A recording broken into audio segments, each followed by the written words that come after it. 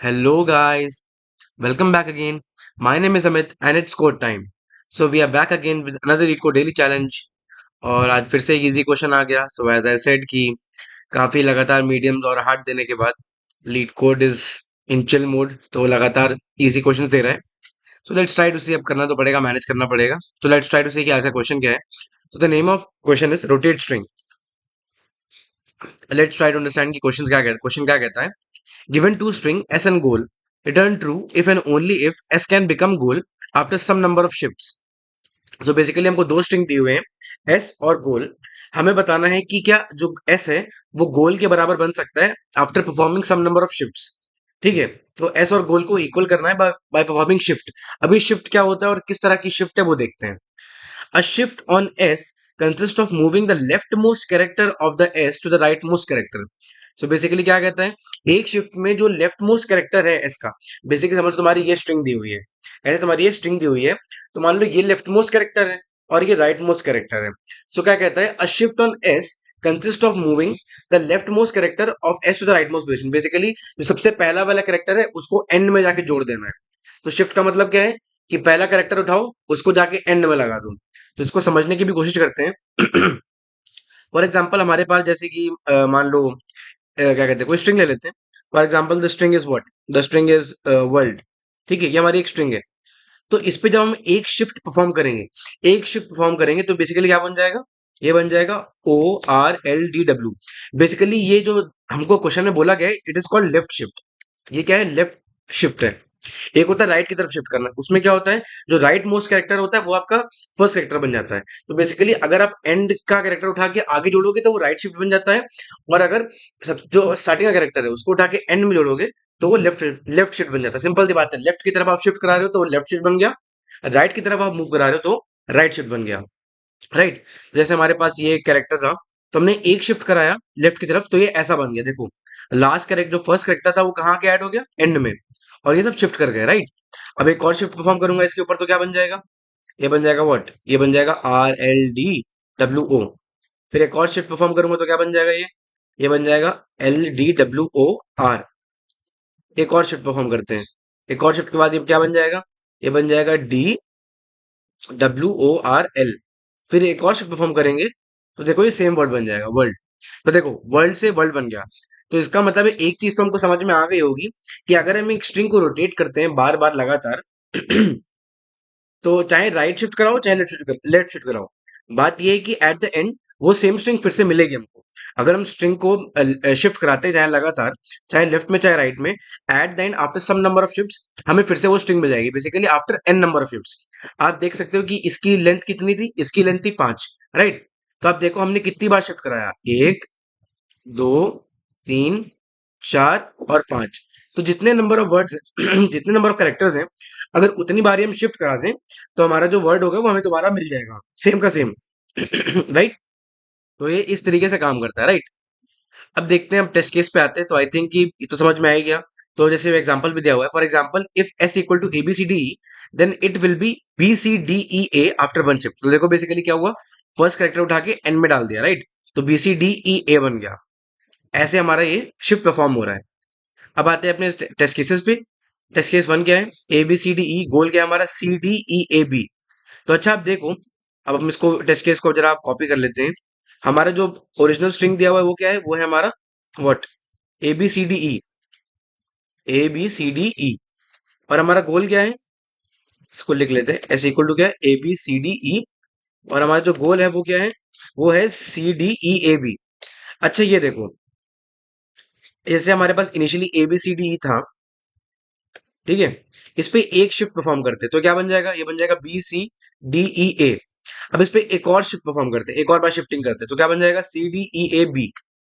तो देखो एस और गोल जो है वो इक्वल हो गए.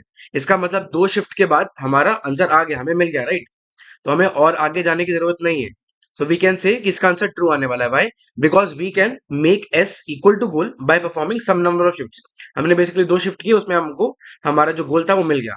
याद रखना, एन नंबर ऑफ शिफ्ट्स के आगे जाने की जरूरत नहीं है। सिंपल सी बात है, अगर एक स्ट्रिंग को एक टारगेट स्ट्रिंग के बराबर होना है ना, वो भी शिफ्टिंग प्रोसेस है, चाहे वो लेफ्ट शिफ्ट हो चाहे राइट शिफ्ट हो।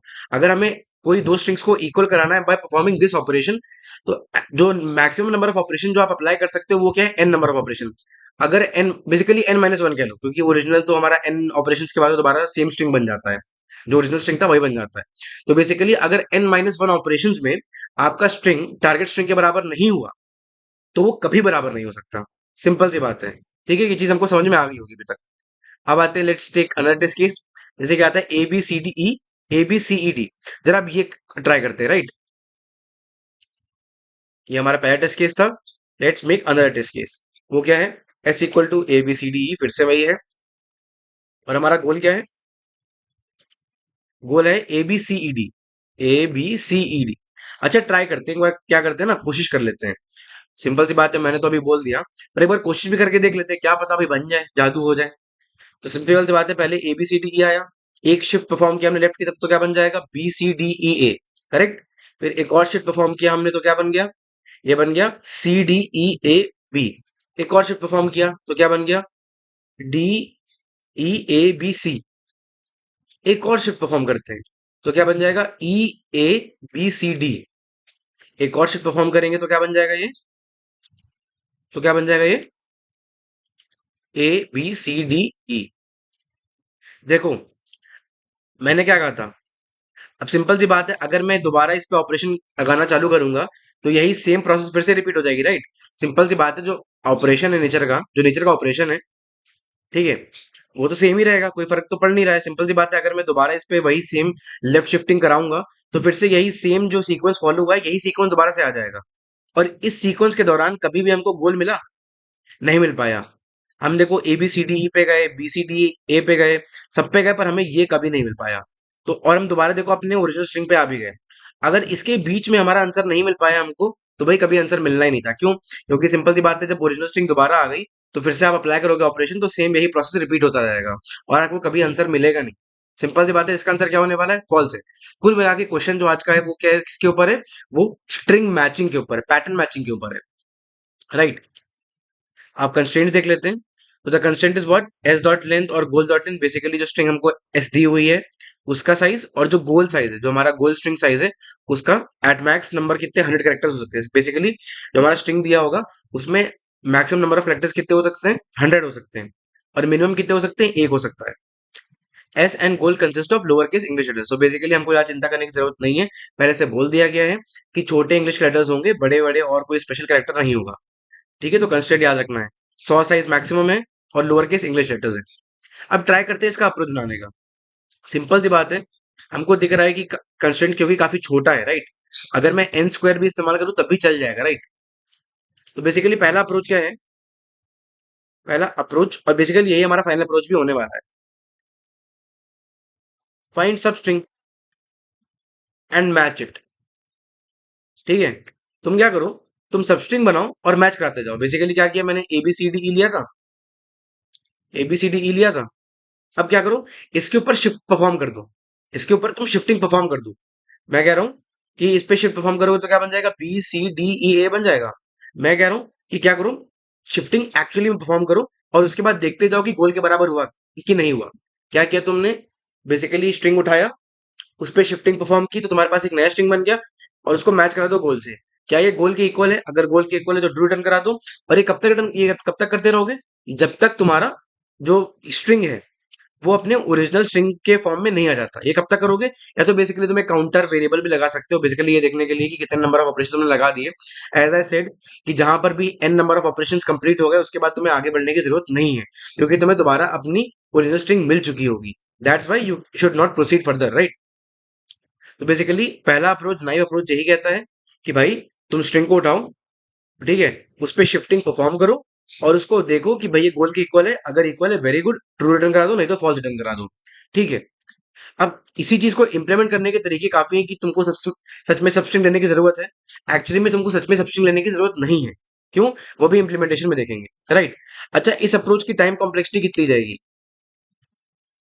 सिंपल सी बात है, तुम हर बार क्या कर रहे हो, शिफ्टिंग परफॉर्म कर रहे हो। शिफ्टिंग परफॉर्म करने में कितना टाइम जाता है? Order n. क्यों? क्योंकि तुम पहले कैरेक्टर को उठा के एंड में डालते हो और जितने बाकी कैरेक्टर्स है ना उनको बाय वन शिफ्ट कराते हो। तो ये जो सेकंड कैरेक्टर था उसको फर्स्ट पोजीशन पे लाते हो, थर्ड को सेकंड पे लाते हो, फोर्थ को थर्ड पे लाते हो, फिफ्थ को फोर्थ पे लाते हो। तो ऐसे ऐसे शिफ्टिंग परफॉर्म करते हो। तो shifting takes order and time, right. अब एट द सेम टाइम तुम ये जो काम कर रहे हो शिफ्टिंग वाला, ये ऑपरेशन कितनी बार अप्लाई कर रहे हो? As a n times apply करो, राइट। तो n into n time complexity कितना आया? एन स्क्वायर आया, राइट। इस अप्रोच का टाइम कॉम्प्लेक्सिटी क्या है? N square. चलो इसको इंप्लीमेंट करके देख लेते हैं एक बार, राइट। ओके, सो सबसे पहले इसको फुल कर लेते हैं। Okay, X V okay. Okay, अब स्टार्ट करते हैं। हमारा बेसिकली हमारे पास दो वेरिएबल्स हैं। सबसे पहले क्या लेंगे? दोनों का साइज लेंगे। Int n equal to s dot size जो हमारा ओरिजिनल स्ट्रिंग गिवन है।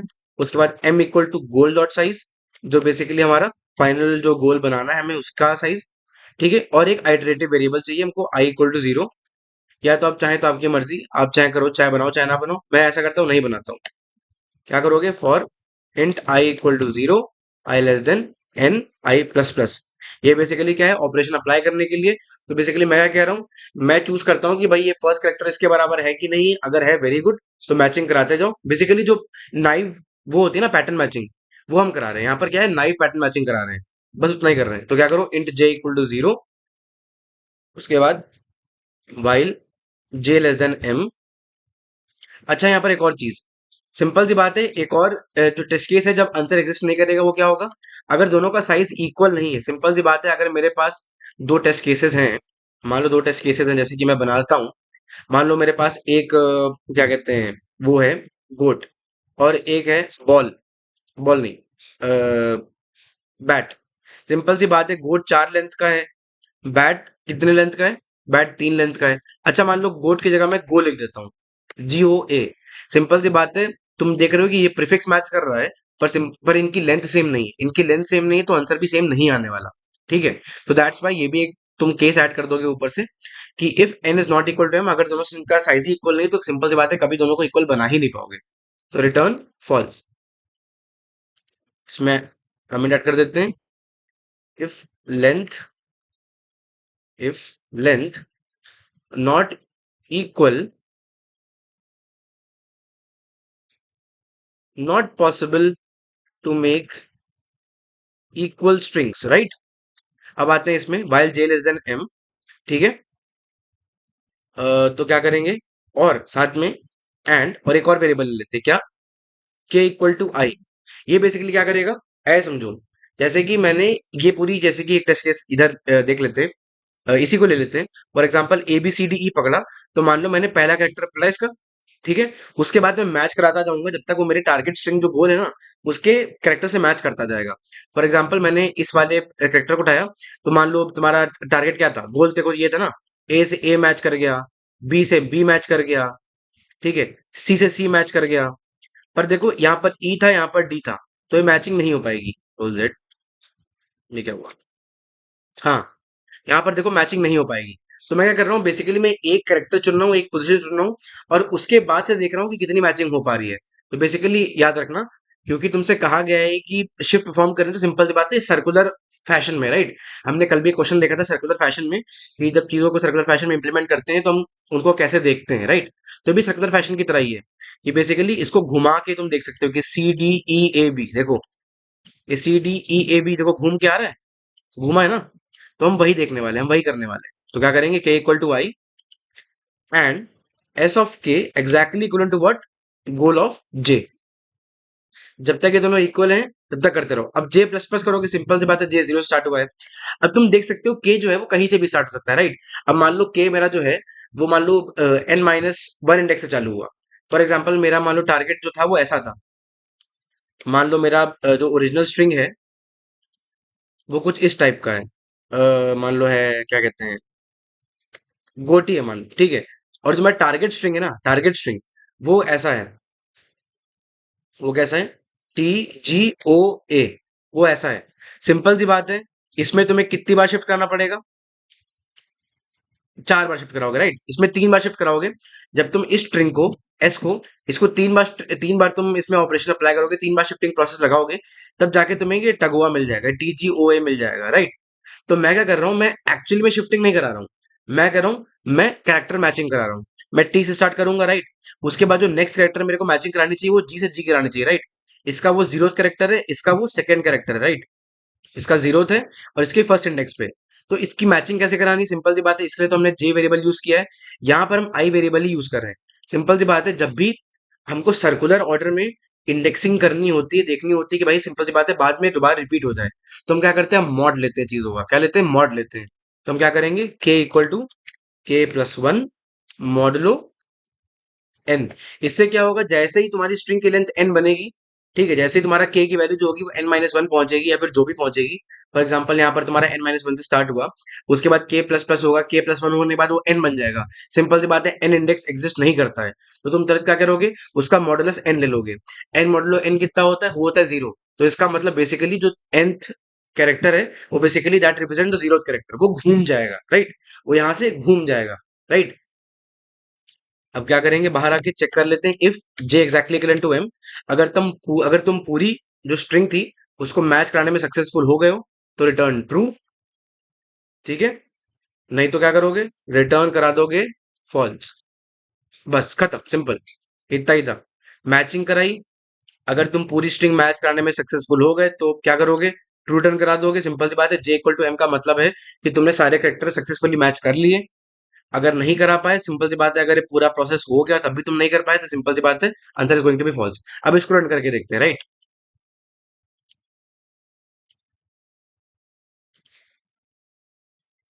तो हम देख सकते हैं it gets accepted, let's try for all test cases. Okay, so we can see कि सक्सेसफुली हमारा कोड सारे टेस्ट केसेस पे चल गया, ठीक है। अच्छा, हमने डिस्कस कर लिया इसकी टाइम कॉम्प्लेक्सिटी क्या है, इसकी स्पेस कॉम्प्लेक्सिटी। इस तरह इसकी स्पेस कॉम्प्लेक्सिटी में डिस्कस नहीं की, तो इसकी स्पेस कॉम्प्लेक्सिटी क्या होगी। सिंपल सी बात है, मैंने कोई एक्स्ट्रा वेरिएबल बनाया है, नहीं बनाया है।